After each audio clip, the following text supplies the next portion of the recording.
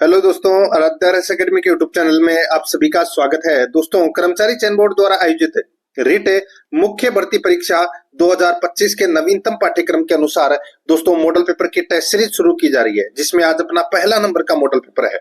ये जो model paper है ये लेवल 2 सामाजिक अध्ययन यानी कि एसएसटी का ये मॉडल पेपर है। कुल 150 प्रश्न इसमें शामिल किए गए हैं और हूबहू आपको ऐसा ही पेपर है वो परीक्षा में देखने को मिलेगा। दोस्तों, अब की बार आपको रिट है वो पार करनी है और तैयारी ऐसी हो कि सिलेबस खुद बोले छोड़ो मुझे।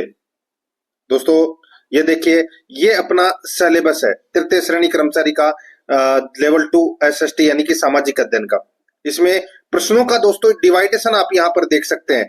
भाग 1, 2, 3, 4, 5, 6 और यहाँ पे इन 6 भागों के माध्यम से अपन ये 150 प्रश्न है वो पढ़ेंगे। दोस्तों, आराध्या रेस एकेडमी के यूट्यूब चैनल को अगर आपने अभी तक सब्सक्राइब नहीं किया तो सब्सक्राइब जरूर करें, बेल आइकन को दबाएं, क्लास को लाइक और अपने दोस्तों के पास में शेयर जरूर करें। तो चलिए दोस्तों शुरू करते हैं आज का अपना इसमें मॉडल पेपर नंबर 1 है। देखिए, सबसे पहले अपन भाग 1 में राजस्थान का भौगोलिक, ऐतिहासिक और सांस्कृतिक ज्ञान, राजस्थानी भाषा से संबंधित 40 प्रश्न है वो पढ़ेंगे। सबसे पहले भाग 1 में देखिए, पहला प्रश्न है, ऊर्जा का प्रमुख स्रोत राजस्थान में क्या है? बताइए। ऊर्जा का प्रमुख स्रोत राजस्थान में क्या है? तो दोस्तों वो है तापीय ऊर्जा। राजस्थान में क्या है? तापीय ऊर्जा प्रमुख स्रोत है ऊर्जा का।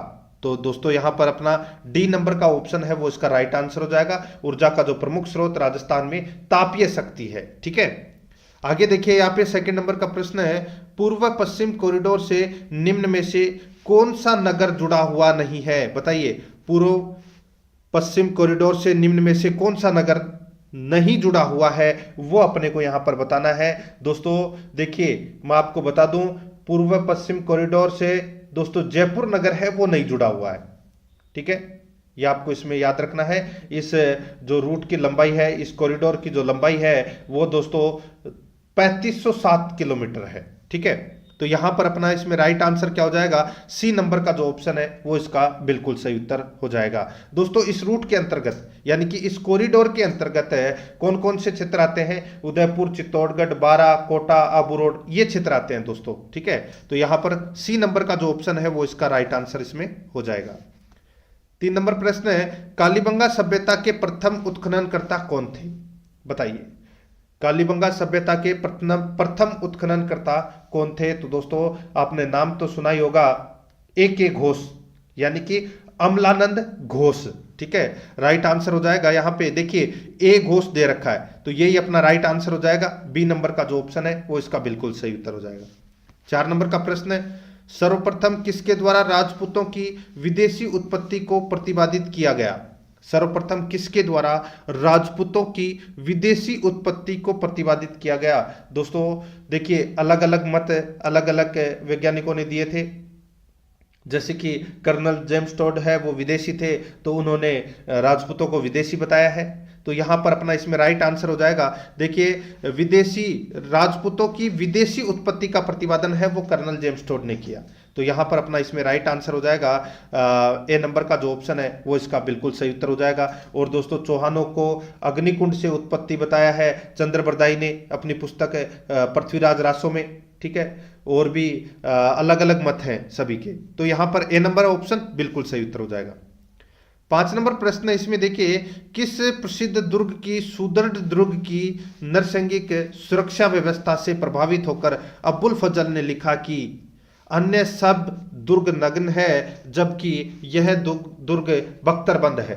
बताइए, अब्बुल फजल ने कौन से दुर्ग के बारे में ऐसा लिखा है कि अन्य सब दुर्ग नंगे हैं यानी कि नग्न है जबकि यह दुर्ग बख्तरबंद है? ऐसा कौन से दुर्ग के बारे में लिखा था? तो दोस्तों इसका राइट आंसर हो जाएगा वो है रणथंभौर दुर्ग के बारे में ऐसा लिखा था। दोस्तों ए नंबर का जो ऑप्शन है वो इसका राइट आंसर हो जाएगा। ठीक है, आगे देखिए, यहाँ पे 6 नंबर का प्रश्न है, कौन सा दुर्ग कुमट दुर्ग के नाम से भी जाना जाता है? कौन सा दुर्ग कुमट दुर्ग के नाम से भी जाना जाता है? 4 ऑप्शन आपके सामने है, मन में आपको उत्तर सोचना है। दोस्तों कुमट दुर्ग के नाम से भी कौन सा दुर्ग जाना जाता है? तो दोस्तों सिवाना का दुर्ग जाना जाता है। कौन सा? सिवाना, जो बाड़मेर में पड़ता है ये दुर्ग। ठीक है, इसको कुमट दुर्ग के नाम से भी जाना जाता है। राइट आंसर इसमें सी नंबर का ऑप्शन बिल्कुल सही उत्तर हो जाएगा। 7 नंबर प्रश्न है, रानी नाथावती ने राजस्थान के किस जिले में रानी जी की बावड़ी बनवाई? बताइए, रानी नाथावती ने राजस्थान के किस जिले में रानी जी की बावड़ी बनवाई? तो दोस्तों इसका राइट आंसर हो जाएगा वो है, रानी जी की बावड़ी कहां पर है? बूंदी जिले में है। ठीक है, राइट आंसर हो जाएगा यहां पर है ए नंबर का ऑप्शन है वो इसका बिल्कुल सही उत्तर हो जाएगा। ये जो रानी नाथावती है ये राजा अनिरुद्ध सिंह की पत्नी थी। ठीक है, तो यहां पर अपना ए नंबर ऑप्शन बिल्कुल सही। 8 नंबर का प्रश्न है, इसमें देखिए, निम्न में से किस किले में फतेह प्रकाश महल का निर्माण कराया गया था? निम्न में से किस किले में फतेह प्रकाश महल का निर्माण करवाया गया था? दोस्तों इसका राइट आंसर हो जाएगा वो है चित्तौड़गढ़ के किले में दोस्तों फतेह प्रकाश महल का निर्माण है वो करवाया गया था।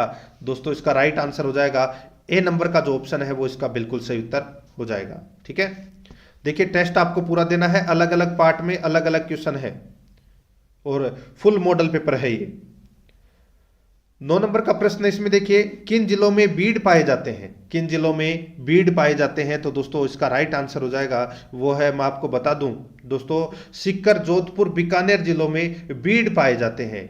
ठीक है, तो दोस्तों यहां पर अपना इसका राइट आंसर क्या हो जाएगा? सीकर, जोधपुर, बीकानेर में। तो यहां पर सी नंबर का जो ऑप्शन है वो इसका राइट आंसर हो जाएगा। यह मुख्यतः दोस्तों चारागाह भूमि होती है। ठीक है, जो कृषि योग्य नहीं होती है, यह आपको याद रखना है। ठीक है, तो यहां पर देखिए, एक तो होता है बीड़ और एक होता है बीहड़। ठीक है, बीहड़ जो चंबल बेसिन में पाई जाने वाली उबड़ खाबड़ उत्खात भूमि है उसको बोलते हैं, जिसका विस्तार धौलपुर, करौली, सवाई माधोपुर जिलों में है। लेकिन यहां पे बीड़ पूछा है, बीड़ है ये सीकर, जोधपुर, बीकानेर, ये अपना इसमें राइट आंसर हो जाएगा, सी नंबर का ऑप्शन बिल्कुल सही। 10 नंबर का प्रश्न है, इसमें देखिए, निम्नलिखित में से कौन सा सही नहीं है? दोस्तों कौन सा इसमें सही नहीं है वो अपने को यहां पर बताना है। एक तरफ राष्ट्रीय उद्यान है, दूसरी तरफ जिला है। देखिए, राष्ट्रीय मरु उद्यान जैसलमेर में है, बिल्कुल सही है। रणथंभौर राष्ट्रीय उद्यान सवाई माधोपुर में है, ये भी बिल्कुल सही है। सरिस्का राष्ट्रीय उद्यान अलवर में है, ये भी बिल्कुल सही है। केवलादेव घना राष्ट्रीय उद्यान यहाँ पे करौली दे रखा है, जो कि गलत दे रखा है। केवलादेव राष्ट्रीय उद्यान है ये दोस्तों भरतपुर में स्थित है। ठीक है, कहां पर है? भरतपुर में। करौली यहां पर गलत दे रखा है। तो यहां पर प्रश्न में क्या पूछा था कि कौन सा सही नहीं है, तो ये डी नंबर वाला सही नहीं है। तो अपना इसमें राइट आंसर डी नंबर का ऑप्शन बिल्कुल सही उत्तर हो जाएगा। आगे देखिए, 11 नंबर का प्रश्न है, राजस्थान के किस जिले में कृषि विभाग के अनुसार रेबेरिना मृदा पाई जाती है? बताइए, बहुत ही अच्छा प्रश्न है। तो दोस्तों राजस्थान के किस जिले में कृषि विभाग के अनुसार रेबेरिना मृदा पाई जाती है? तो इसका राइट आंसर हो जाएगा वो है दोस्तों, ये गंगानगर जिले में पाई जाती है।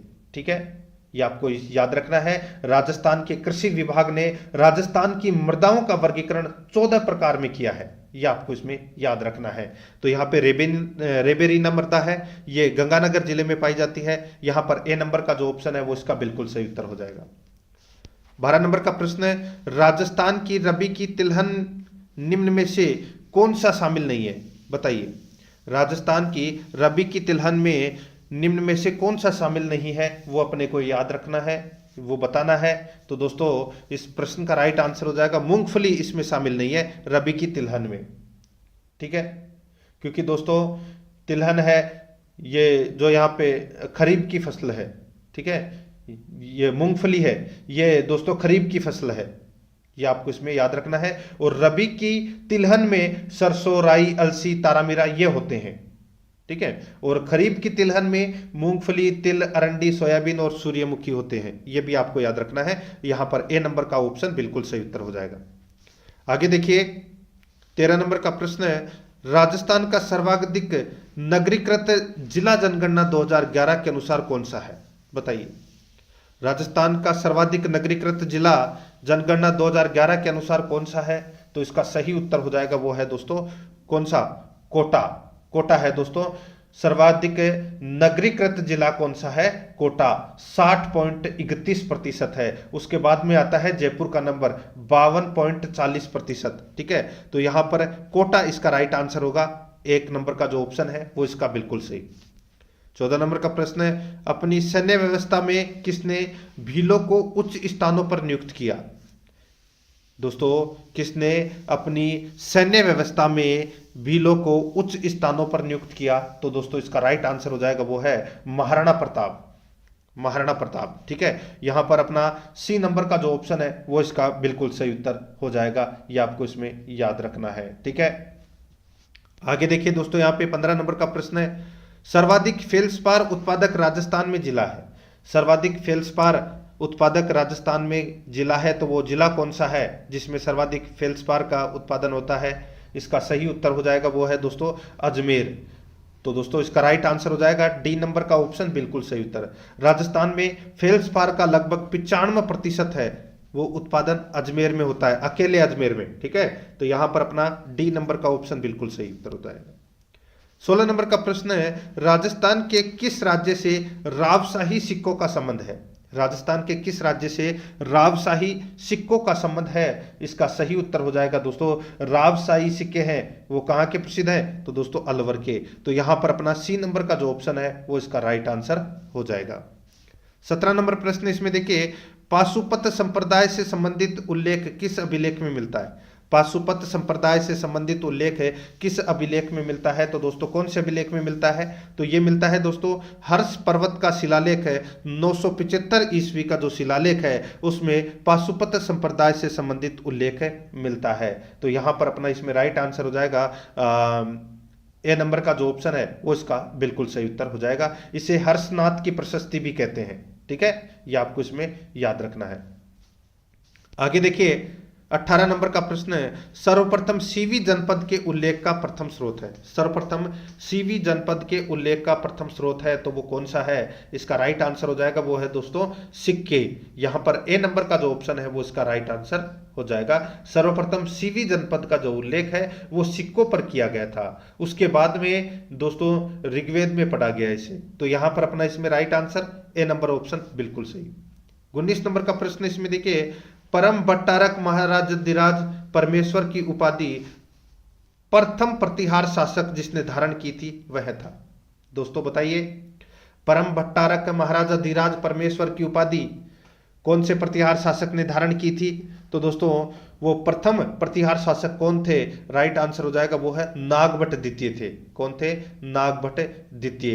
तो दोस्तों इसका राइट आंसर हो जाएगा यहां पर बी नंबर का जो ऑप्शन है वो इसका बिल्कुल सही उत्तर हो जाएगा, याद रखना। आगे देखिए 20 नंबर का प्रश्न है, मेवाड़ की बौद्धिक व कलात्मक उन्नति का श्रेय निम्नलिखित शासकों में से सबसे अधिक किसे जाता है? मेवाड़ की बौद्धिक व कलात्मक उन्नति का श्रेय निम्नलिखित शासकों में से सबसे अधिक किसे जाता है? तो दोस्तों सबसे अधिक जाता है महाराणा कुंभा को। किसको जाता है? महाराणा कुंभा को। तो दोस्तों यहां पर अपना इसमें राइट आंसर हो जाएगा ए नंबर का जो ऑप्शन है वो इसका बिल्कुल सही उत्तर हो जाएगा, क्योंकि महाराणा कुंभा ने संगीत, नाटक, टीका, ग्रंथ इत्यादि में अपना काफी योगदान है वो खुद ने दिया था। तो यहां पर अपना इसमें राइट आंसर हो जाएगा ए नंबर ऑप्शन बिल्कुल सही। 21 नंबर का प्रश्न इसमें देखिए, किसने स्वयं को हिंदुस्तान का बादशाह नाडोल में जनवरी 1681 में घोषित किया? बताइए, किसने स्वयं को हिंदुस्तान का बादशाह नाडोल में जनवरी 1681 में घोषित किया कि मैं हिंदुस्तान का बादशाह हूं? ऐसा किसने घोषित किया था? तो यह किया था दोस्तों शहजादा अकबर ने, जो औरंगजेब का पुत्र था, ठीक है। उसने दोस्तों स्वयं को हिंदुस्तान का बादशाह घोषित किया था जनवरी 1681 में। तो यहां पर अपना इसमें राइट आंसर हो जाएगा डी नंबर का जो ऑप्शन है वो इसका बिल्कुल सही उत्तर हो जाएगा। आगे देखिए 22 नंबर का प्रश्न है, सबसे बड़ी सौर ऊर्जा परियोजना राजस्थान में निजी क्षेत्र की जिसने बिजली उत्पादन शुरू कर दिया है कहां पर स्थित है? बताइए, सबसे बड़ी सौर ऊर्जा परियोजना राजस्थान में निजी क्षेत्र की जिसने बिजली उत्पादन शुरू कर दिया है कहां पर स्थित है? तो दोस्तों ये कहां पर स्थित है? ये स्थित है दोस्तों नागौर जिले के खींवसर में। कहां पर है? नागौर जिले के खींवसर में है दोस्तों ये, ठीक है। और ये निजी क्षेत्र की है और रिलायंस पावर लिमिटेड है ये। तो यहां पर अपना इसमें राइट आंसर हो जाएगा बी नंबर का जो ऑप्शन है वो इसका बिल्कुल सही उत्तर हो जाएगा इसमें। 23 नंबर का प्रश्न इसमें देखिए, सीताबाड़ी का मेला निम्न में से किस क्षेत्र में आयोजित किया जाता है? सीताबाड़ी का मेला ये तो सभी को पता होगा दोस्तों, हाड़ौती प्रदेश में ये भरता है, ठीक है, सीताबाड़ी का मेला। तो यहां पर अपना इसमें राइट आंसर हो जाएगा हाड़ौती क्षेत्र में। ए नंबर का जो ऑप्शन है वो इसका बिल्कुल सही उत्तर हो जाएगा। और ये सहरिया जनजाति का कुंभ मेला भी इसे कहा जाता है, ये भी आपको याद रखना है। ठीक है, 15 दिन तक ये मेला लगता है। आगे देखिए यहाँ पे 24 नंबर का प्रश्न है, उस्ताद कहलाने वाले चित्रकारों ने भित्ति चित्र राजस्थान के किस राज्य में बनाए हैं? उस्ताद कहलाने वाले चित्रकारों ने भित्ति चित्र राजस्थान के किस राज्य में बनाए हैं? तो दोस्तों इसका राइट आंसर हो जाएगा ये बीकानेर में बनाए हैं दोस्तों इन्होंने। ठीक है, उस्ताद कहलाने वाले चित्रकारों ने भित्ति चित्र राजस्थान के बीकानेर राज्य में बनाए हैं। तो दोस्तों यहाँ पर अपना इसमें राइट आंसर हो जाएगा डी नंबर का ऑप्शन बिल्कुल सही उत्तर हो जाएगा। ठीक है, बीकानेर की उस्ता कला और मुनवती कला है वो प्रसिद्ध है, ये भी आपको याद रखना है। आगे देखिए 25 नंबर का प्रश्न है, राजस्थानी लोक जीवन के किस अवसर से ओल्यू संबंधित है?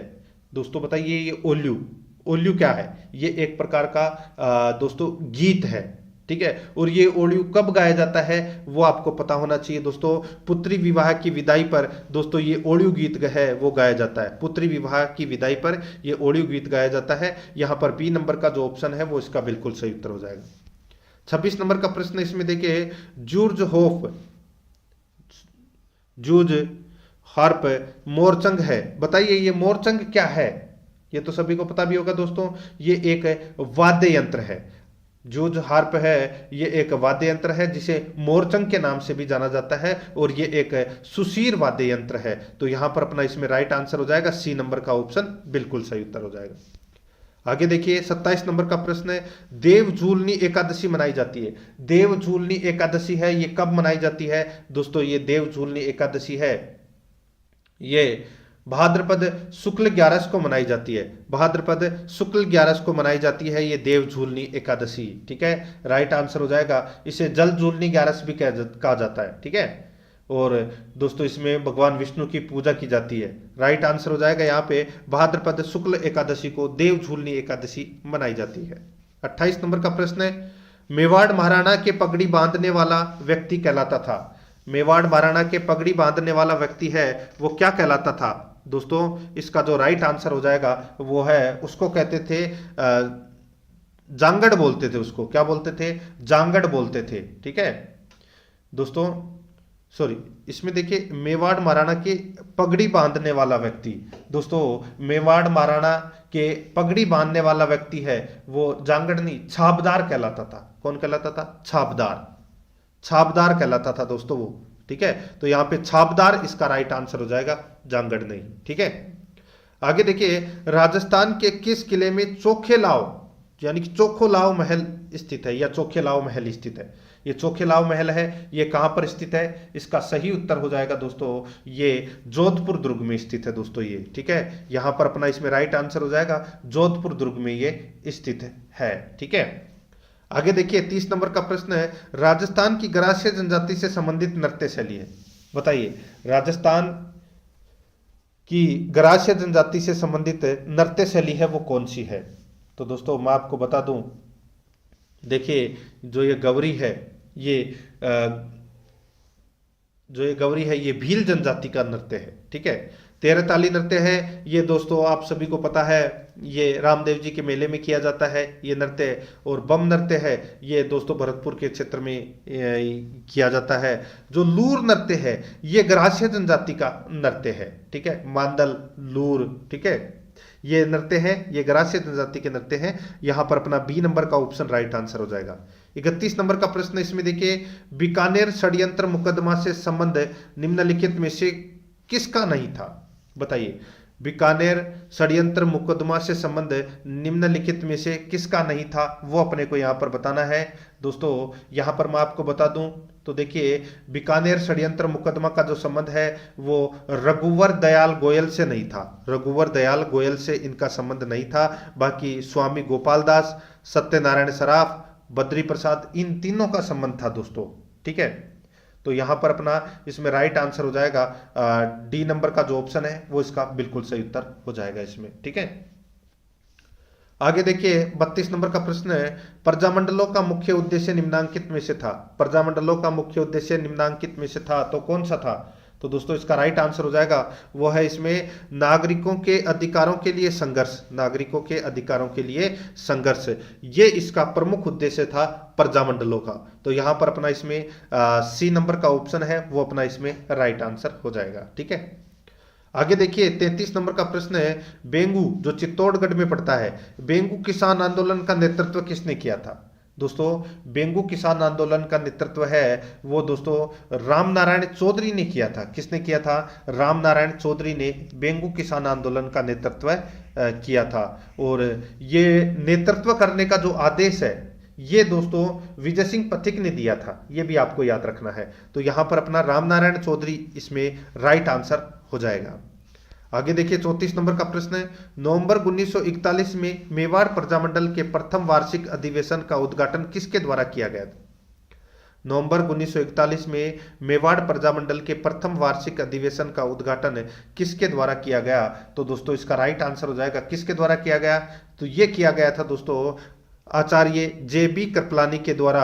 दोस्तों मेवाड़ प्रजामंडल के प्रथम वार्षिक अधिवेशन का उद्घाटन है ये किया गया था। ठीक है, ये आपको इसमें याद रखना है। ए नंबर का जो ऑप्शन है वो अपना इसमें राइट आंसर हो जाएगा। और इसके प्रथम अध्यक्ष थे वो दोस्तों, ये तो सभी को पता होगा, बलवंत सिंह मेहता थे।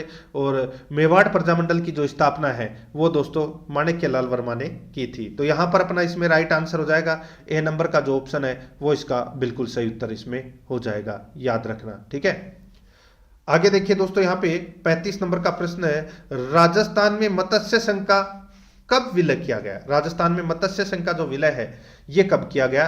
दोस्तों इसका राइट आंसर हो जाएगा वो है 15 मई 1949 को मत्स्य संघ का विलय है वो किया गया था। ये आपको इसमें याद रखना। और ये राजस्थान के एकीकरण का 5वां चरण था।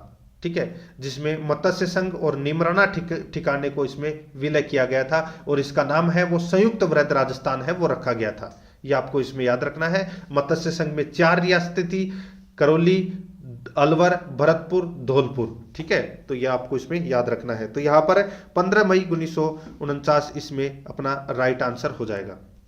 आगे देखिए दोस्तों यहाँ पे देखिए, अब अपन भाग सेकंड पढ़ेंगे। यहाँ पे भाग सेकंड अपन यहाँ पे पढ़ेंगे।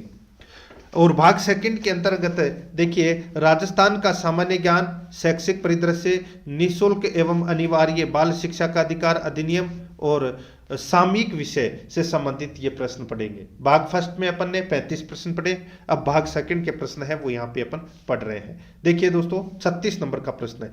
देखिए सिलेबस के अनुसार अपन चल रहे हैं, एक भी प्रश्न है वो इधर उधर नहीं होगा, बस आपको टेस्ट है वो पूरा देना है। बहुत ही शानदार लेवल का ये मॉडल पेपर है। और सबसे खास बात आपको निःशुल्क मिल रहा है, कोई भी आपको इसमें चार्ज नहीं देना है।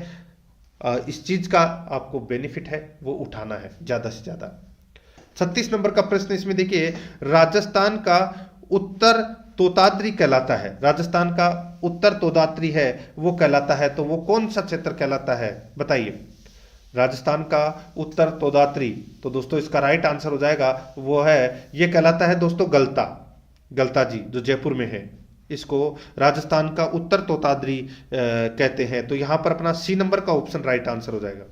37 नंबर का प्रश्न इसमें देखिए, प्राचीन नाम से जाने जाने वाला बरसावाड़ा भौगोलिक क्षेत्र वर्तमान में किस जिले का भाग है?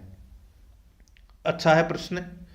प्राचीन नाम से जाने जाने वाला बरसावाड़ा भौगोलिक क्षेत्र वर्तमान में किस जिले का भाग है? तो दोस्तों ये बरसावाड़ा है, ये भौगोलिक क्षेत्र वर्तमान में अजमेर जिले में है।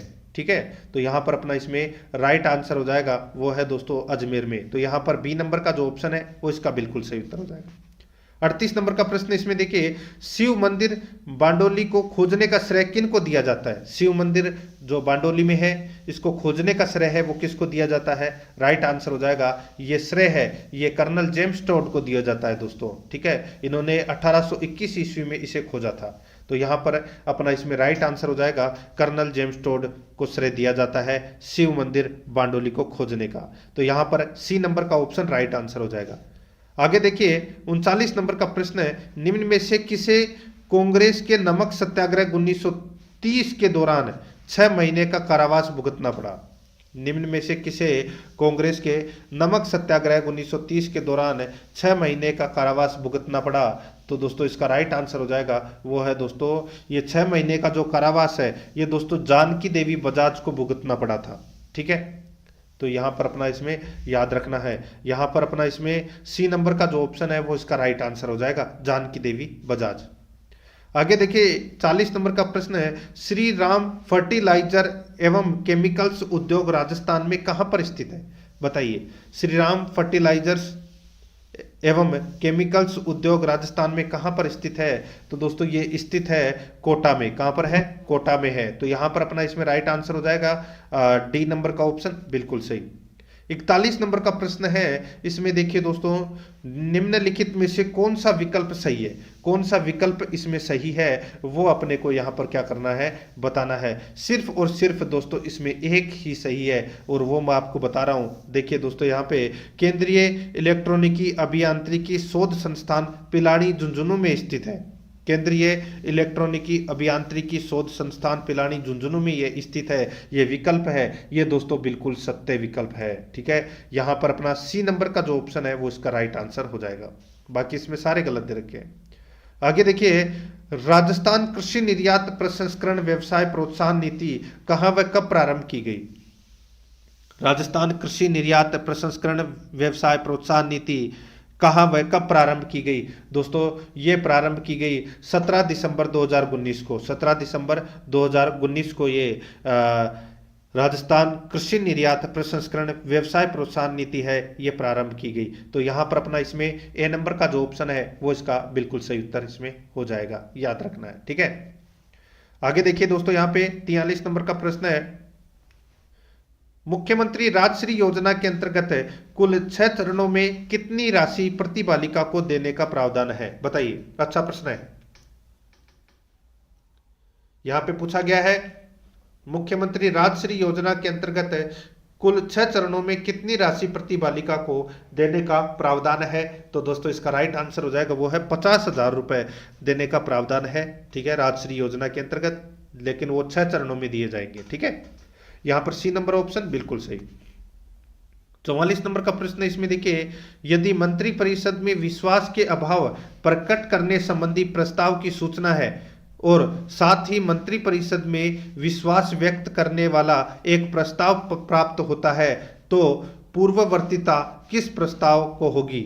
बताइए, तो पूर्ववर्तीता किस प्रस्ताव को होगी? दोबारा देखिए इस प्रश्न को, यदि मंत्रिपरिषद में विश्वास के अभाव प्रकट करने संबंधी प्रस्ताव की सूचना है और साथ ही मंत्रिपरिषद में विश्वास व्यक्त करने वाला एक प्रस्ताव प्राप्त होता है तो पूर्ववर्तीता किस प्रस्ताव को होगी? तो दोस्तों वो होगी विश्वास प्रस्ताव को दोस्तों पूर्ववर्तीता होगी। तो यहां पर बी नंबर का जो ऑप्शन है वो इसका राइट आंसर हो जाएगा। ठीक है, आगे देखिए यहां पर 45 नंबर का प्रश्न है, अल्पसंख्यक मुख्यमंत्री राज्य के पहले व एकमात्र कौन थे?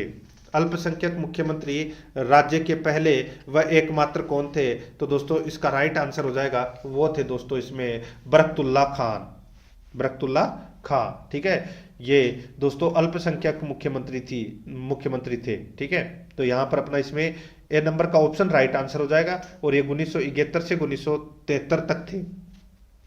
आगे देखिए 46 नंबर का प्रश्न है, प्रथम महिला अध्यक्ष राजस्थान विधानसभा कौन बनी? प्रथम महिला अध्यक्ष राजस्थान विधानसभा की कौन बनी थी? तो दोस्तों इसका राइट आंसर हो जाएगा वो है सुमित्रा सिंह बनी थी दोस्तों 2003 से 2008 तक। ठीक है, ये प्रथम महिला अध्यक्ष बनी थी राजस्थान विधानसभा की। तो यहां पर अपना इसमें ए नंबर का जो ऑप्शन है वो इसका सही उत्तर हो जाएगा। 47 नंबर का प्रश्न है, सबसे लंबे समय तक सेवा करने वाले प्रथम न्यायाधीश राजस्थान हाईकोर्ट में कौन है? सबसे लंबे समय तक सेवा करने वाले प्रथम न्यायाधीश राजस्थान हाईकोर्ट में कौन है? तो इसका राइट आंसर हो जाएगा वो है कैलाशनाथ वांचू, याद रखना दोस्तों। ठीक है, राइट आंसर हो जाएगा यहाँ पे ए नंबर का जो ऑप्शन है वो इसका बिल्कुल सही उत्तर हो जाएगा। 48 नंबर का प्रश्न इसमें देखिए, निम्नांकित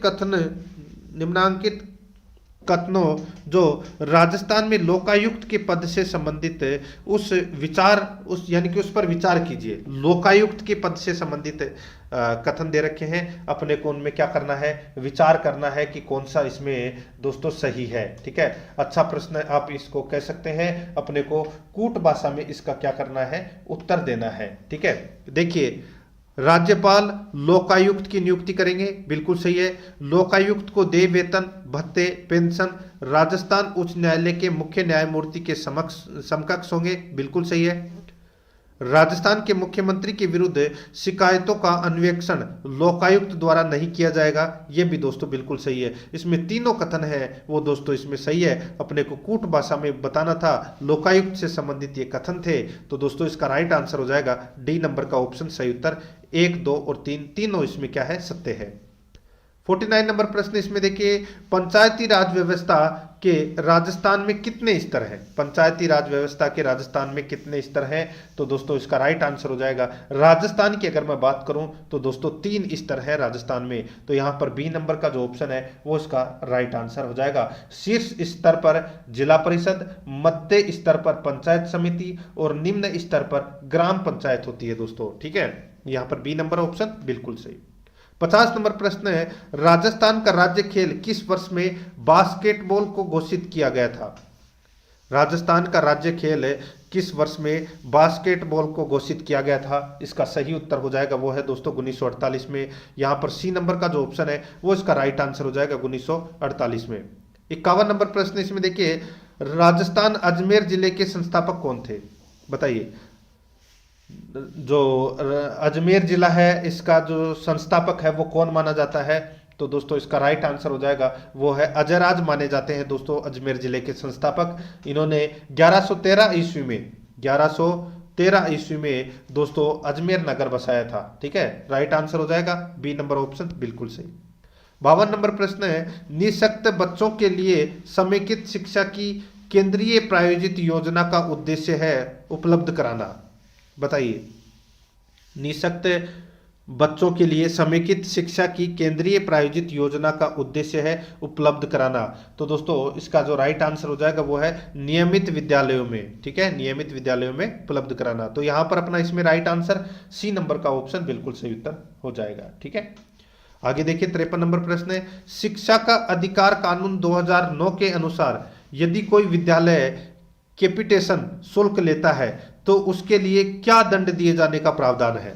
बताइए। शिक्षा का अधिकार कानून 2009 के अनुसार यदि कोई विद्यालय कैपिटेशन शुल्क लेता है तो उसके लिए क्या दंड दिए जाने का प्रावधान है? इसका राइट आंसर हो जाएगा वो है दोस्तों लिए गए प्रति व्यक्ति शुल्क के 10 गुना तक अर्थदंड दिए जाने का प्रावधान है। तो यहां पर अपना इसमें राइट आंसर हो जाएगा ए नंबर ऑप्शन बिल्कुल सही। 54 नंबर का प्रश्न इसमें देखिए, प्रारंभिक एवं माध्यमिक शिक्षा निर्देशालय को पृथक कब किया गया? प्रारंभिक एवं माध्यमिक शिक्षा निर्देशालय को पृथक है वो कब किया गया? इसका सही उत्तर हो जाएगा वो है 1997 में ये पृथक किया गया। राइट आंसर हो जाएगा यहाँ पर ए नंबर का जो ऑप्शन है वो इसका बिल्कुल सही उत्तर इसमें हो जाएगा, ठीक है, 1997 में। आगे देखिए, शिक्षा की दृष्टि से पाली एवं बीकानेर 2 नए संभाग कब बनाए गए? शिक्षा की दृष्टि से पाली एवं बीकानेर 2 नए संभाग है, ये कब बनाए गए थे? ये बनाए गए थे दोस्तों 2 जून 2013 को। 2 जून 2013 को ये 2 नए संभाग है वो बनाए गए थे। यहाँ पर ए नंबर का ऑप्शन बिल्कुल सही उत्तर हो जाएगा।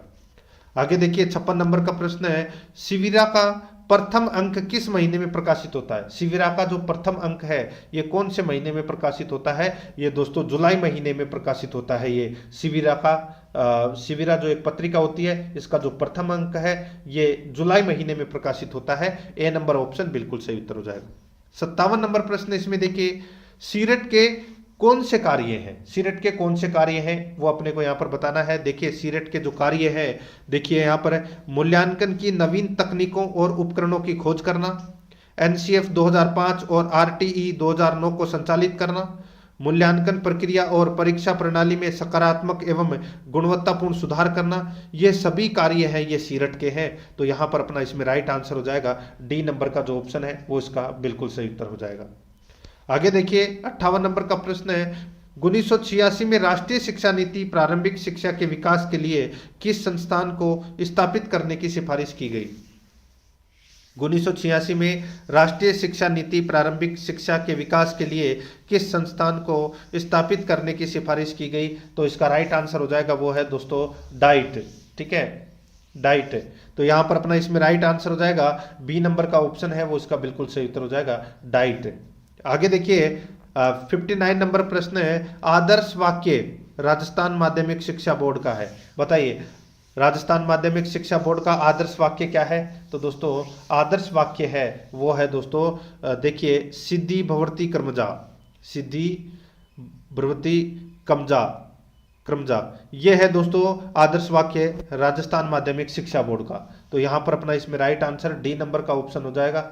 ठीक है, और इसका अर्थ है कर्म से हम किसी भी प्रकार की सिद्धि प्राप्त कर सकते हैं। ठीक है, यह आपको याद रखना है, और ये गीता के 90वें श्लोक से लिया गया है, ये भी याद रखना है। डी नंबर ऑप्शन बिल्कुल सही। 60 नंबर प्रश्न है, राजस्थान राज्य पाठ्य पुस्तक मंडल का एक संस्था के रूप में पंजीकरण कब किया? राजस्थान राज्य पाठ्य पुस्तक मंडल का एक संस्था के रूप में पंजीकरण कब किया? तो दोस्तों इसका राइट आंसर हो जाएगा वो है 29 दिसंबर 1973 को दोस्तों राजस्थान राज्य पाठ्य पुस्तक मंडल का एक संस्था के रूप में पंजीकरण हुआ। यहां पर ए नंबर का जो ऑप्शन है वो इसका बिल्कुल सही उत्तर हो जाएगा।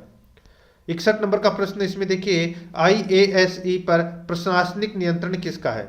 IASE पर प्रशासनिक नियंत्रण किसका है? तो दोस्तों ये प्रशासनिक नियंत्रण है, ये किसका है? तो ये माध्यमिक शिक्षा निर्देशालय बीकानेर का है। माध्यमिक शिक्षा निर्देशालय बीकानेर का है ये। यहां पर ए नंबर का जो ऑप्शन है वो इसका बिल्कुल सही उत्तर हो जाएगा। 62 नंबर का प्रश्न इसमें देखिए, कोविड-19 लॉकडाउन के दौरान राज्य के विद्यार्थियों और शिक्षकों को ऑनलाइन पठन पाठन से जोड़े जाने के उद्देश्य से कौन सा कार्यक्रम शुरू किया गया? कोविड-19 लॉकडाउन के दौरान राज्य के विद्यार्थियों और शिक्षकों को ऑनलाइन पठन पाठन से जोड़े जाने के उद्देश्य से कौन सा कार्यक्रम शुरू किया गया? राइट आंसर हो जाएगा वो है स्माइल कार्यक्रम शुरू किया गया था दोस्तों। ठीक है, स्माइल कार्यक्रम की जो शुरुआत है ये 13 अप्रैल 2020 को हुई थी। ठीक है, तो यहां पर अपना इसमें राइट आंसर हो जाएगा सी नंबर का जो ऑप्शन है वो इसमें बिल्कुल सही उत्तर हो जाएगा। इस स्माइल कार्यक्रम में दोस्तों कक्षा 1 से लेकर 12वीं तक के बच्चों को व्हाट्सएप ग्रुप में जोड़ा गया और वीडियो मॉड्यूल के तहत निःशुल्क उपलब्ध करवाया गया इनको ये पठन पाठन से संबंधित सामग्री। तो यहां पर अपना इसमें सी नंबर का ऑप्शन बिल्कुल सही। 63 नंबर का प्रश्न है, गार्गी पुरस्कार किस दिन दिया जाता है? दोस्तों गार्गी पुरस्कार है ये बसंत पंचमी के दिन दिया जाता है। कब दिया जाता है? बसंत पंचमी के दिन दिया जाता है। राइट आंसर हो जाएगा यहाँ पर सी नंबर का ऑप्शन बिल्कुल सही उत्तर हो जाएगा। ठीक है दोस्तों, इस योजना के अंतर्गत 75% व इससे अधिक अंक 10वीं व 12वीं में प्राप्त करने वाली बालिकाओं को ये दिया जाता है गार्गी पुरस्कार। ठीक है, तो यहां पर अपना इसमें right answer C number option हो जाएगा। आगे देखिए, प्रबंधन का हृदय कहलाता है। प्रबंधन का हृदय कहलाता है तो दोस्तों प्रबंधन का हृदय है वो क्या कहलाता है? तो दोस्तों अभिप्रेरणा। ठीक है, प्रबंधन का हृदय क्या कहलाता है? देखिए प्रबंधन का हृदय अभिप्रेरणा है, जिसका अर्थ है आधारित व्यवहार का उत्प्रेरण या ऊर्जाकरण। ठीक है, तो यहां पर अपना इसमें राइट आंसर क्या हो जाएगा दोस्तों? यहां पे आपको अभिप्रेरणा करना है। ठीक है, ए नंबर का ऑप्शन यहां पर अभिप्रेरणा करना है। ठीक है, अभिप्रेरणा होता है प्रबंधन का हृदय, तो यहां पर ए नंबर ऑप्शन राइट आंसर हो जाएगा अभिप्रेरणा। आगे देखिए, शिक्षा का अधिकार अधिनियम 2009 लागू नहीं होता है। शिक्षा का अधिकार अधिनियम 2009 लागू नहीं होता है, तो दोस्तों ये लागू नहीं होता है तो ये 14 से 18 वर्ष के बच्चों के आयु के बच्चों के लिए ये लागू नहीं होता। ये जो शिक्षा का अधिकार है ये निःशक्त बच्चे 6 से 14 आयु के बच्चों की नियमित उपस्थिति के लिए ये नियम है, ये लागू होता है। लेकिन इसमें देखिए शिक्षा के अधिकार में 6 से 14 वर्ष के आयु के बच्चों को ही शामिल किया गया है, ना कि 14 से 18 के लिए। तो यहां पर C number option right answer हो जाएगा। अब देखिए भाग 3। ठीक है, भाग फर्स्ट पर अपन ने पढ़ लिया, भाग सेकंड पढ़ लिया और भाग 3 इसमें देखिए सामाजिक विज्ञान। सामाजिक विज्ञान से संबंधित दोस्तों अब अपन यहाँ पे प्रश्न है वो पढ़ने जा रहे हैं। देखिए कालीबंगा प्रथम है, बताइए कालीबंगा प्रथम है तो ये क्या है? तो दोस्तों ये सोथी सभ्यता है। क्या है? सोथी सभ्यता। राइट आंसर हो जाएगा यहाँ पर है इसमें बी नंबर का जो ऑप्शन है वो इसका बिल्कुल सही उत्तर हो जाएगा, सोथी सभ्यता। आगे देखिए, सर्वप्रथम मानव ने निम्न धातु का उपयोग किया। सर्वप्रथम मानव ने निम्न धातु का उपयोग किया तो कौन सी धातु का उपयोग किया? तो दोस्तों तांबा धातु का उपयोग किया मानव ने। तो यहां पर सी नंबर का ऑप्शन राइट आंसर हो जाएगा इसमें। ठीक है, तांबा का उपयोग किया था दोस्तों। आगे देखिए यहाँ पे, लेखन कला की उचित प्रणाली विकसित करने वाली सर्वप्रथम प्राचीन सभ्यता थी। लेखन कला की उचित प्रणाली विकसित करने वाली सर्वप्रथम प्राचीन सभ्यता थी, तो वो कौन सी थी? वो थी दोस्तों सुमेरिया सभ्यता। ठीक है, सुमेरिया सभ्यता दोस्तों, ये दक्षिण मेसोपोटामिया की एक प्राचीन सभ्यता है सुमेरिया सभ्यता। ठीक है, राइट आंसर हो जाएगा यहाँ पे सी नंबर का ऑप्शन राइट आंसर हो जाएगा। आगे देखिए, अशोक के अभिलेखों को सर्वप्रथम पढ़ा था। अशोक के अभिलेखों को सर्वप्रथम किसने पढ़ा था? राइट आंसर हो जाएगा दोस्तों जेम्स प्रिंसेप ने पढ़ा था दोस्तों, ये 1837 में। ठीक है, अशोक के अभिलेखों को। तो यहां पर अपना इसमें ए नंबर का जो ऑप्शन है वो इसका राइट आंसर हो जाएगा। आगे देखिए, किसके काल में मेगास्थनीज भारत आया था? दोस्तों किसके काल में मेगास्थनीज भारत आया था? ये एक यूनानी राजदूत था और ये चंद्रगुप्त के शासनकाल में भारत आया था। और ये किसका राजदूत था? तो ये दोस्तों सेल्यूकस निकेटर का राजदूत था। इन्होंने इंडिका पुस्तक भी लिखी थी दोस्तों मेगास्थनीज ने। तो यहां पर अपना इसमें राइट आंसर हो जाएगा वो है चंद्रगुप्त मौर्य के दरबार में ये आया था दोस्तों मेगास्थनीज। सी नंबर का ऑप्शन बिल्कुल सही। आगे देखिए, अर्थशास्त्र ग्रंथ की विषय वस्तु क्या है? अर्थशास्त्र ग्रंथ की विषय वस्तु क्या है? राइट आंसर हो जाएगा वो है राज्य एवं शासन नीति ग्रंथ है। ये राज्य एवं शासन नीति ग्रंथ है ये अर्थशास्त्र। तो यहां पर अपना इसमें राइट आंसर हो जाएगा डी नंबर का ऑप्शन बिल्कुल सही। आगे देखिए, कलिंजर अभियान कब चला था? कलिंजर अभियान कब चला था? तो दोस्तों ये जो कलिंजर अभियान है ये चला था दोस्तों 22 मई 1945 को शेरशाह सूरी के समय। ठीक है दोस्तों, शेरशाह सूरी ने कालिंजर पर आक्रमण किया था 22 मई 1545 को। तो यहां पर अपना इसमें राइट आंसर हो जाएगा सी नंबर का ऑप्शन बिल्कुल सही उत्तर हो जाएगा। आगे देखिए, 73 नंबर प्रश्न है, मुगल शासन में मुद्रा विभाग की सर्वप्रथम स्थापना कब हुई? मुगल शासन में मुद्रा विभाग की सर्वप्रथम स्थापना कब हुई? इसका सही उत्तर हो जाएगा वो है दोस्तों 1577 ईस्वी में हुई थी दोस्तों मुगल शासन में मुद्रा विभाग की स्थापना। यहां पर बी नंबर का ऑप्शन बिल्कुल सही उत्तर हो जाएगा। आगे देखिए, सविनय अवज्ञा आंदोलन की शुरुआत किसने की थी? सविनय अवज्ञा आंदोलन की जो शुरुआत है ये दोस्तों गांधी जी ने की थी। ठीक है, किसने की थी? महात्मा गांधी जी ने। तो यहां पर अपना इसमें right answer A number option बिल्कुल सही उत्तर हो जाएगा। ठीक है, आगे देखिए, अंग्रेजों के विरुद्ध क्रांति की शुरुआत कब हुई? अंग्रेजों के विरुद्ध क्रांति की शुरुआत कब हुई? तो दोस्तों ये जो शुरुआत है ये 10 मई 1857 को हुई थी दोस्तों मेरठ छावनी से। ठीक है, तो यहां पर अपना इसमें राइट आंसर हो जाएगा सी नंबर का ऑप्शन बिल्कुल सही। आगे देखिए, भारत में अंग्रेजी शासन का संस्थापक कौन था? भारत में अंग्रेजी शासन का जो संस्थापक था वो था कौन?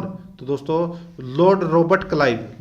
लॉर्ड रॉबर्ट क्लाइव ये दोस्तों भारत में अंग्रेजी शासन का संस्थापक था। यहां पर बी नंबर का जो ऑप्शन है वो इसका बिल्कुल सही उत्तर हो जाएगा।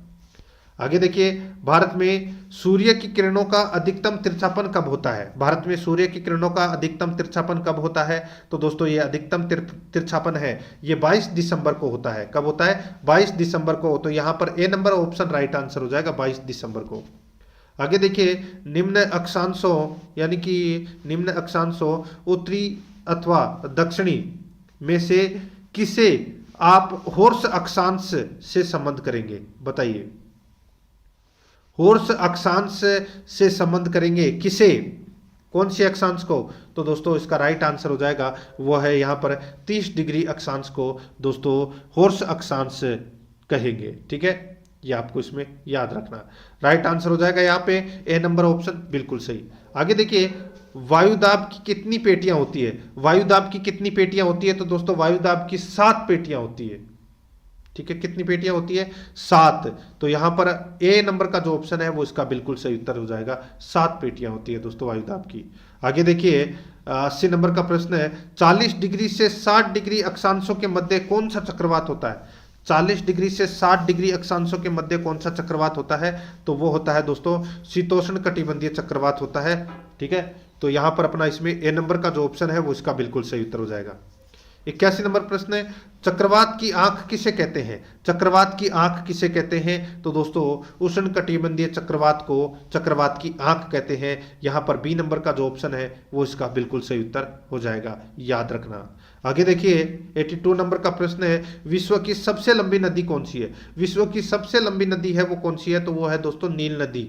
ठीक है, और ये पूर्वी अफ्रीका में बहने वाली विश्व की सबसे लंबी नदी है। तो यहां पर अपना ए नंबर का जो ऑप्शन है वो इसका राइट आंसर हो जाएगा।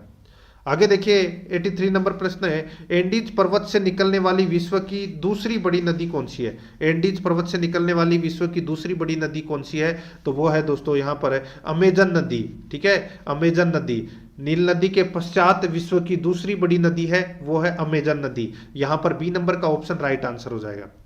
आगे देखिए ऑस्ट्रेलिया में घास के मैदान है। ऑस्ट्रेलिया में घास के मैदान को क्या कहते हैं? उसको बोलते हैं दोस्तों डाउन्स। क्या बोलते हैं? डाउन्स बोलते हैं। यहां पर ए नंबर का ऑप्शन बिल्कुल सही उत्तर हो जाएगा। आगे देखिए राजस्थान में आबू के पर्वत के चारों तरफ फैले वन कहलाते हैं। राजस्थान में आबू के पर्वत के चारों ओर फैले वन कहलाते हैं। तो वो वन कौन से कहलाते हैं? तो दोस्तों उनको कहते हैं उष्णकटिबंधीय सदाबहार वन कहते हैं उन्हें। ठीक है, ये जो सघन वन है ये वर्ष भर हरे भरे रहते हैं। तो यहाँ पर उपोष्ण कटिबंधीय सदाबहार के वन है ये आबू पर्वत के चारों तरफ फैले वन कहलाते हैं। राइट आंसर हो जाएगा यहाँ पे ए नंबर ऑप्शन बिल्कुल सही। आगे देखिए खजूर की टिश्यू कल्चर प्रयोगशाला की स्थापना कहाँ की गई? खजूर की टिश्यू कल्चर प्रयोगशाला की स्थापना कहाँ की गई? इसका राइट आंसर हो जाएगा वो है दोस्तों जोधपुर में की गई। यहाँ पर डी नंबर का जो ऑप्शन है वो इसका बिल्कुल सही उत्तर हो जाएगा, जोधपुर में। आगे देखिए राजस्थान राज्य जैविक प्रमाणीकरण संस्था का गठन कब हुआ? राजस्थान राज्य जैविक प्रमाणीकरण संस्थान का गठन है वो कब हुआ? इसका राइट आंसर हो जाएगा वो है वर्ष 2005 में। यहाँ पर सी नंबर का जो ऑप्शन है वो इसका राइट आंसर हो जाएगा वर्ष 2005 में। आगे देखिए आदिम जनजाति द्वारा की जाने वाली कृषि कौन सी है? आदिम जनजाति द्वारा की जाने वाली कृषि है वो कौन सी है? तो दोस्तों इसका राइट आंसर हो जाएगा वो है स्थानांतरित कृषि। ये आदिम जनजाति द्वारा की जाती है। यहां पर सी नंबर का ऑप्शन राइट आंसर हो जाएगा। यानी कि वनों को जलाकर पहाड़ी क्षेत्र में वनों को जलाकर ये कृषि की जाती है, फिर एक स्थान से दूसरे स्थान पर ये कृषि की जाती है। ठीक है, आगे देखिए गहन जीविकोपार्जन कृषि कौन से देश में होती है? गहन जीविकोपार्जन कृषि कौन से देश में होती है? तो इसका राइट आंसर हो जाएगा वो है दोस्तों चीन, दक्षिणी पूर्वी एशिया, दक्षिणी एशिया, इन सभी में होती है दोस्तों। राइट आंसर डी नंबर का ऑप्शन हो जाएगा। आगे देखिए भेदभाव का निषेध कौन से अनुच्छेद में है? भेदभाव का निषेध कौन से अनुच्छेद में है? तो वो है दोस्तों यहाँ पर अनुच्छेद 15 में।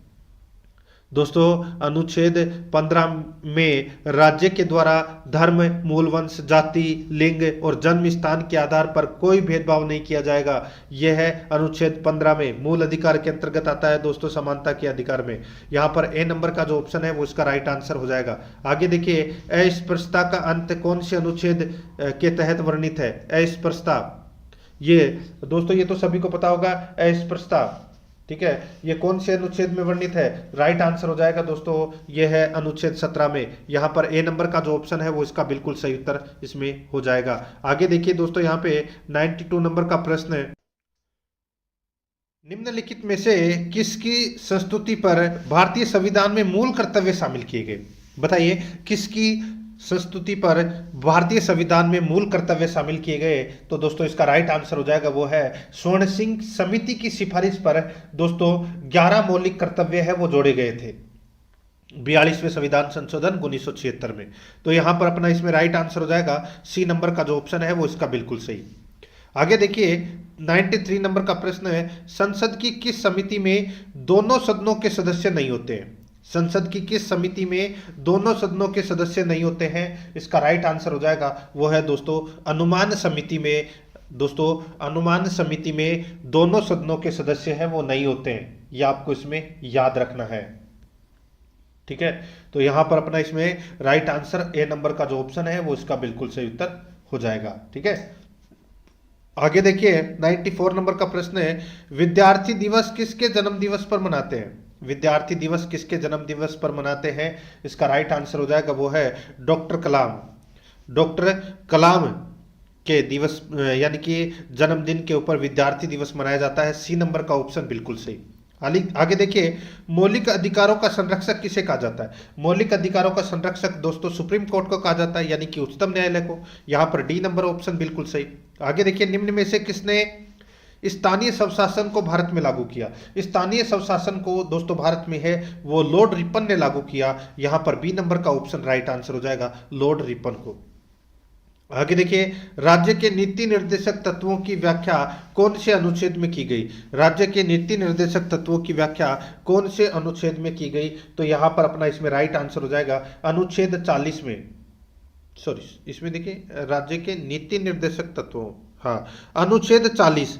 देखिए नीति निर्देशक तत्व है वो दोस्तों अनुच्छेद 36 से लेकर और अनुच्छेद 51 तक, ठीक है। नीति निर्देशक तत्वों का इसमें प्रावधान किया गया है। अब यहां पर देखिए नीति निर्देशक तत्वों की व्याख्या दोस्तों अनुच्छेद 40 में की गई है, ठीक है। पंचायती राज संस्थाओं के विकास के उत्तरदायित्वों से संबंधित है ये, तो यहां पर सी नंबर का ऑप्शन राइट आंसर हो जाएगा। आगे देखिए 98 नंबर का प्रश्न, निम्नलिखित में से कौन सा एक ग्राम पंचायत का कार्य नहीं है? तो कौन सा एक ग्राम पंचायत का कार्य नहीं है? तो दोस्तों देखिए गांवों के लोगों को रोजगार देने संबंधी सरकारी योजनाएं लागू करना, यह ग्राम पंचायत का कार्य है। ग्राम पंचायत अपने पंचायत सचिव को चुनती है, यह गलत हो जाएगा दोस्तों, ये इसमें क्या हो जाएगा, गलत दे रखा है। ग्राम पंचायत अपने पंचायत सचिव का चुनाव है वो नहीं करती है, तो यहां पर बी नंबर का ऑप्शन राइट आंसर हो जाएगा, यह ग्राम पंचायत का कार्य नहीं है। आगे देखिए मतदान हेतु मतदाता को प्रेरित करना क्या कहलाता है? तो क्या कहलाता है? तो यह कहलाता है दोस्तों मतदान व्यवहार। क्या कहलाता है? मतदान व्यवहार कहलाता है दोस्तों। आगे देखिए इसमें क्षेत्रीय परिषदों का सर्जन हुआ, क्षेत्रीय परिषदों का सर्जन है, ये कब हुआ? तो दोस्तों ये सरकारी संकल्प द्वारा हुआ दोस्तों क्षेत्रीय परिषदों का सर्जन, यहां पर बी नंबर का ऑप्शन राइट आंसर हो जाएगा। आगे देखिए सरकारिया आयोग गठित हुआ था समीक्षा करने के लिए, सरकारिया आयोग गठित हुआ था समीक्षा करने के लिए, तो किसकी समीक्षा करने के लिए? दोस्तों संघ और राज्यों के मध्य संबंधों की समीक्षा करने के लिए सरकारिया आयोग का गठन है वो 1983 में किया गया था। यहां पर डी नंबर का ऑप्शन बिल्कुल सही उत्तर हो जाएगा। आगे देखिए भारतीय शासन का वास्तविक प्रमुख कौन है? भारतीय शासन का वास्तविक प्रमुख कौन है? तो दोस्तों इसका राइट आंसर हो जाएगा वो है प्रधानमंत्री है दोस्तों, बी नंबर का ऑप्शन बिल्कुल सही उत्तर हो जाएगा प्रधानमंत्री, ठीक है। प्रधानमंत्री देश का वास्तविक शासक होता है। आगे देखिए ग्रामीण रोजगार सृजन कार्यक्रम आरंभ किया गया, ग्रामीण रोजगार सृजन कार्यक्रम आरंभ किया गया, यह आरंभ किया गया दोस्तों सन 1995 में, यहां पर ए नंबर ऑप्शन बिल्कुल सही उत्तर हो जाएगा। 104 नंबर का प्रश्न इसमें देखिए अंत्योदय अन्न योजना कब शुरू की गई थी? अंत्योदय अन्न योजना कब शुरू की गई थी? इसका राइट आंसर हो जाएगा वो है सन 1998 में अंत्योदय अन्न योजना है ये शुरू की गई थी, यहां पर बी नंबर ऑप्शन बिल्कुल सही उत्तर हो जाएगा। आगे देखिए दोस्तों कपास किस प्रकार का उत्पाद है? कपास किस प्रकार का उत्पाद है? तो दोस्तों कपास है ये प्राकृतिक उत्पाद है दोस्तों, प्राकृतिक उत्पाद, यहां पर सी नंबर का ऑप्शन राइट आंसर हो जाएगा।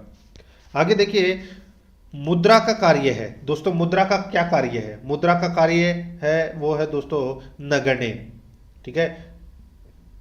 तो यहां पर मैं आपको बताऊं, देखिए मुद्रा का सबसे महत्वपूर्ण कार्य है विनियमन का माध्यम, विनियमन का माध्यम, मूल्य का मापक, मूल संचय, लेन देन की सुविधा, लेन देन को सुविधाजनक बनाना, यह होता है मुद्रा का कार्य। तो यहां पर इसमें नगण्य इसका राइट आंसर होगा, डी नंबर ऑप्शन बिल्कुल सही। आगे देखिए साहूकार उधार राशि पर ब्याज लेता है, साहूकार उधार राशि पर ब्याज लेता है, राइट आंसर हो जाएगा दोस्तों वो है अपना इसमें बहुत अधिक लेता है, यहां पर बी नंबर ऑप्शन बिल्कुल सही उत्तर हो जाएगा।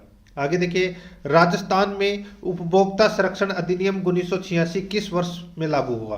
राजस्थान में उपभोक्ता संरक्षण अधिनियम 1986 किस वर्ष में लागू हुआ? इसका राइट आंसर हो जाएगा वो है दोस्तों 1986 में, यहां पर बी नंबर का जो ऑप्शन है वो इसका बिल्कुल सही उत्तर हो जाएगा 1986 में। आगे देखिए राज्य उपभोक्ता संरक्षण आयोग के निर्णय के विरुद्ध अपील की जा सकती है, राज्य उपभोक्ता संरक्षण आयोग के निर्णय के विरुद्ध अपील की जा सकती है, कहां की जा सकती है? इसका सही उत्तर हो जाएगा राष्ट्रीय उपभोक्ता संरक्षण आयोग में की जा सकती है, यहां पर डी नंबर का ऑप्शन बिल्कुल सही। आगे देखिए कृषि उपज मंडी अधिनियम कब पारित किया गया? कृषि उपज मंडी अधिनियम कब पारित किया गया? तो इसका राइट आंसर हो जाएगा वो है वर्ष 1971 में, सॉरी कृषि उपज मंडी अधिनियम कब पारित किया गया? तो दोस्तों ये पारित किया गया 1961 में पारित किया गया था कृषि उपज मंडी अधिनियम, ठीक है। आगे देखिए राष्ट्रीय स्तर पर पीडीएस का चर्चित मॉडल कौन सा है? बताइए। राष्ट्रीय स्तर पर पीडीएस का चर्चित मॉडल कौन सा है? दोस्तों इसका राइट आंसर हो जाएगा ये जो पीडीएस मॉडल है, ठीक है, ये चर्चित मॉडल है और ये मालवाहक ट्रकों की निगरानी के लिए उन्हें जीपीएस से जोड़ा गया है इसमें, ठीक है। तो यहां पर अपना इसमें राइट आंसर हो जाएगा ये छत्तीसगढ़ मॉडल है दोस्तों, ए नंबर का ऑप्शन बिल्कुल सही उत्तर हो जाएगा। आगे देखिए, वेल्थ ऑफ नेशंस पुस्तक के लेखक हैं, वेल्थ ऑफ नेशंस पुस्तक के लेखक कौन है? तो दोस्तों वो है एडम स्मिथ। यहां पर ए नंबर का ऑप्शन राइट आंसर हो जाएगा एडम स्मिथ। आगे देखिए, अनवीकरणीय संसाधन का उदाहरण है, अनवीकरणीय संसाधन का उदाहरण कौन सा है? तो दोस्तों वो उदाहरण है प्राकृतिक गैस, प्राकृतिक गैस का उदाहरण है ये अनवीकरणीय संसाधन। तो यहां पर डी नंबर का ऑप्शन बिल्कुल सही। आगे देखिए, जन्म के समय संभावित आयु क्या कहलाती है? जन्म के समय संभावित आयु क्या कहलाती है? इसका राइट आंसर हो जाएगा वो है दोस्तों इसमें जीवन प्रत्याशा।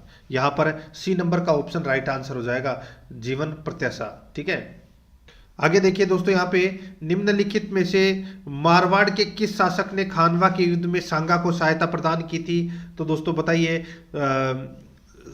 मारवाड़ की तरफ से कौन गया था सांगा की सहायता करने के लिए? गया तो था मालदेव, लेकिन भेजा किसने था? मालदेव के पिताजी ने, और मालदेव जी के पिताजी कौन थे?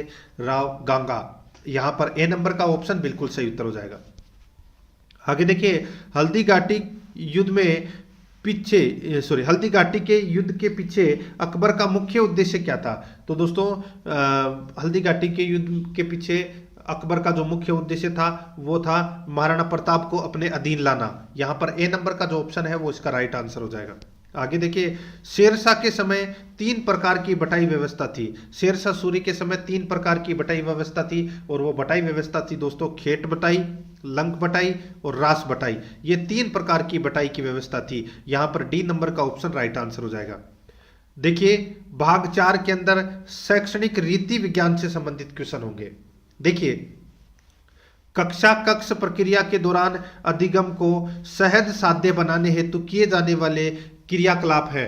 कक्ष प्रक्रिया के दौरान अधिगम को सहज साध्य बनाने हेतु किए जाने वाले क्रियाकलाप है। तो दोस्तों इसका राइट आंसर हो जाएगा वो है दोस्तों इसमें छात्र के अनुभवों का उपयोग करना, अभिप्रेरणा प्रदान करना, अधिगम क्रियाकलापों को उपलब्ध कराना। दोस्तों ये सभी है वो शैक्षणिक रीति विज्ञान के अंतर्गत आते हैं, और कक्ष प्रक्रिया के दौरान अधिगम को सहज साध्य बनाने हेतु ये सभी क्रियाकलाप हैं वो किए जाते हैं। राइट आंसर हो जाएगा उपरोक्त सभी, डी नंबर ऑप्शन बिल्कुल सही। आगे देखिए, निम्न में से किस विधि को ब्रेन स्टार्मिंग के नाम से भी जाना जाता है? बताइए, किस विधि को ब्रेन स्टार्मिंग के नाम से जाना जाता है? सही उत्तर हो जाएगा दोस्तों इसमें वो है मस्तिष्क उद्वेलन को दोस्तों ब्रेन स्टार्मिंग के नाम से जाना जाता है। तो यहां पर बी नंबर ऑप्शन बिल्कुल सही। आगे देखिए, भारत के संविधान के अधीन नागरिकों के लिए निम्न में से कौन सा मूल कर्तव्य है? नागरिकों के लिए कौन सा मूल कर्तव्य है वो अपने को यहां पर क्या करना है, बताना है। दोस्तों यहां पर देखिए, इसमें देखिए, राष्ट्र की रक्षा करना तथा राष्ट्रीय सेवा प्रदान करना जब भी इस हेतु आह्वान किया जाए, ठीक है, ये मूल कर्तव्य है दोस्तों नागरिकों के लिए। तो यहां पर सी नंबर का ऑप्शन राइट आंसर इसमें हो जाएगा, ठीक है। आगे देखिए दोस्तों, यहां पे 119 नंबर का प्रश्न है। इसमें देखिए, Rajiv Gandhi fintech digital institute की स्थापना की जाएगी। बताइए, Rajiv Gandhi fintech digital institute की स्थापना की जाएगी। तो दोस्तों इसका राइट आंसर हो जाएगा ये स्थापना है ये दोस्तों जोधपुर में की जाएगी। यहां पर ए नंबर ऑप्शन बिल्कुल सही। आगे देखिए, ग्रामीण क्षेत्रों व शहरी क्षेत्रों में पारंपरिक कारीगरों और बेरोजगार युवाओं की मदद करके गैर कृषि क्षेत्र में सूक्ष्म उद्यमियों की स्थापना करते हुए स्वरोजगार के अवसर प्रदान करने हेतु प्रधानमंत्री रोजगार सृजन कार्यक्रम का प्रारंभ किया गया। तो दोस्तों इसका सही उत्तर हो जाएगा वो है 1 जून 2008 को, सॉरी इसमें जो ये PMEGP यानी कि प्रधानमंत्री रोजगार सृजन कार्यक्रम का जो प्रारंभ है ये दोस्तों किया गया, ये 14 अगस्त 2008 को किया गया था, 14 अगस्त 2008 को। तो यहाँ पर राइट आंसर 14 अगस्त 2008 होगा। आगे देखिए, निम्नलिखित में से कौन सही सुमेलित नहीं है, तो कौन सही सुमेलित नहीं है वो अपने को यहाँ पर बताना है। दोस्तों यहाँ पर देखिए, 1886 का कांग्रेस अधिवेशन कलकत्ता में हुआ, बिल्कुल सही है। 1887 का कांग्रेस अधिवेशन मद्रास में हुआ, बिल्कुल सही है। 1888 का कांग्रेस अधिवेशन इलाहाबाद में हुआ, बिल्कुल सही है। देखिए 1889 का कांग्रेस अधिवेशन कलकत्ता, ये गलत दे रखा है दोस्तों। ये 1889 का जो कांग्रेस अधिवेशन है ये मुंबई में हुआ था, ठीक है। तो यहां पर अपना डी नंबर का ऑप्शन राइट आंसर हो जाएगा, क्योंकि यह सत्य है। आगे देखिए, मुझे खुशी है कि कांग्रेस नीचे की ओर जा रही है, यह राजद्रोही संस्था है, इसके नेता संदिग्ध चरित्र के लोग हैं। यह कथन किसका है दोस्तों? ये कथन है, ये एलिगन सेकंड का कथन है दोस्तों। यहां पर ए नंबर का ऑप्शन राइट आंसर हो जाएगा। आगे देखिए, निम्नलिखित में से किसे grand old man of India के नाम से जाना जाता है? तो ये तो सभी को पता होगा दोस्तों, दादा भाई नौरोजी को grand old man of India के नाम से जाना जाता है। ए नंबर ऑप्शन बिल्कुल सही। आगे देखिए, भारत में जीवन बीमा किसकी देन है? तो दोस्तों भारत में जीवन बीमा है ये ब्रिटेन की देन है। यहां पर ए नंबर ऑप्शन बिल्कुल सही उत्तर हो जाएगा। आगे देखिए, लोथल से प्राप्त पक्की ईंटों का विशाल आकार का घेरा मिला है, जिसे किसने डाकयार्ड की संज्ञा दी है? लोथल से प्राप्त पक्की ईंटों का विशाल आकार का घेरा मिला है, जिसे किसने डाकयार्ड की संज्ञा दी है? इसका राइट आंसर हो जाएगा, वो है दोस्तों SR राव ने यह संज्ञा दी है। यहां पर बी नंबर ऑप्शन बिल्कुल सही उत्तर हो जाएगा। आगे देखिए, इकाई योजना का प्रवर्तक किसे माना जाता है? इकाई योजना का प्रवर्तक है ये दोस्तों मॉरिसन को माना जाता है। ए नंबर ऑप्शन सही उत्तर, मॉरिसन को। आगे देखिए, समस्या समाधान विधि का सर्वप्रथम विचार किसने दिया? समस्या समाधान विधि का सर्वप्रथम विचार है ये दिया था दोस्तों सुकरात ने दिया था। किसने दिया था? सुकरात ने, ठीक है। ये आपको इसमें याद रखना है। सर्वप्रथम विचार की बात कही गई तो सुकरात ने दिया था, ठीक है। और आगे देखिए, इसमें 130 नंबर प्रश्न, मनुष्य को सर्वश्रेष्ठ प्राणी माना है क्योंकि वह, मनुष्य को सर्वश्रेष्ठ प्राणी माना है क्योंकि वह चिंतनशील है। यहां पर ए नंबर ऑप्शन बिल्कुल सही उत्तर हो जाएगा। आगे देखिए, निम्न में से कौन सी परीक्षा पद्धति की विशेषता है? बताइए, कौन सी परीक्षा पद्धति की विशेषता है? तो यहां पर देखिए, इसके अंतर्गत छात्र अध्यापक के बिना अध्ययन कर सकते हैं। यह है दोस्तों परीक्षा पद्धति। यहां पर ए नंबर का ऑप्शन राइट आंसर, इसमें सॉरी इसमें देखिए परीक्षा पद्धति के बारे में पूछा गया है, तो अध्ययन कर सकते हैं, ये भी गलत हो जाएगा। यह पूर्णतः छात्र केंद्रित है, ये भी गलत हो जाएगा। इस पद्धति के द्वारा विद्यालय छात्रों में निगमनात्मक तर्क का विकास होता है, यह भी गलत हो जाएगा। यह छात्रों में सूचनाएं एकत्रित करने हेतु प्रेरित करती है, यह बिल्कुल सही है दोस्तों। यह छात्रों में सूचनाएं एकत्रित करने हेतु प्रेरित करती है, यह है दोस्तों परीक्षा पद्धति। यहां पर डी नंबर का जो ऑप्शन है वो इसका बिल्कुल सही उत्तर हो जाएगा। आगे देखिए, निम्नलिखित में से श्रव्य दृश्य सामग्री का उदाहरण कौन सा है? तो दोस्तों जिसको अपन देख और सुन दोनों सकते हैं, तो इसका राइट आंसर हो जाएगा टेलीविजन। यहां पर बी नंबर का सी नंबर का ऑप्शन है वो इसका राइट आंसर हो जाएगा टेलीविजन। आगे देखिए, साक्षात्कार कितने प्रकार के होते हैं? साक्षात्कार कितने प्रकार के होते हैं? तो दोस्तों साक्षात्कार 3 प्रकार के होते हैं, असंचरित, अर्धसंचरित और संचरित, ठीक है। तो यहां पर अपना इसमें राइट आंसर हो जाएगा डी नंबर का ऑप्शन बिल्कुल सही। अब देखिए, भाग 5 में अपन शैक्षणिक मनोविज्ञान से संबंधित प्रश्न पढ़ेंगे। देखिए, शिक्षा मनोविज्ञान के अंतर्गत अपन ने पहले भी जो शिक्षा का अधिकार नियम है उसके अंतर्गत भी पढ़ लिया है, शिविरा पत्रिका से संबंधित भी क्वेश्चन पढ़े हैं, और भी काफी सारे पढ़े हैं अलग अलग पार्ट में, ठीक है। देखिए, निर्मितवादी अधिगम के पक्षधर हैं, निर्मितवादी अधिगम के पक्षधर हैं तो वो कौन है? तो दोस्तों इसका राइट आंसर हो जाएगा, वो है दोस्तों इसमें लेव वाइगोत्स्की है। यहां पर बी नंबर ऑप्शन बिल्कुल सही।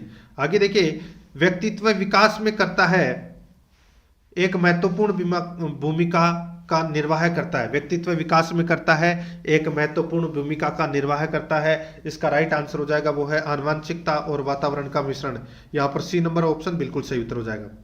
आगे देखिए, एकांत में विश्वास रखने वाला व्यक्ति कहलाता है, एकांत में विश्वास रखने वाला व्यक्ति कहलाता है तो वो क्या कहलाता है? इसका राइट आंसर हो जाएगा, वो है अंतर्मुखी कहलाता है। यहां पर ए नंबर का ऑप्शन बिल्कुल सही, अंतर्मुखी है। आगे देखिए, पुस्तक वर्किंग विद इमोशनल इंटेलिजेंस पुस्तक है जिसका नाम है वर्किंग विद इमोशनल इंटेलिजेंस, यानी कि संवेगात्मक बुद्धि के साथ कार्य के लेखक कौन है? तो दोस्तों इस पुस्तक के लेखक हैं डेनियल गोलमैन। कौन है? डेनियल गोलमैन है।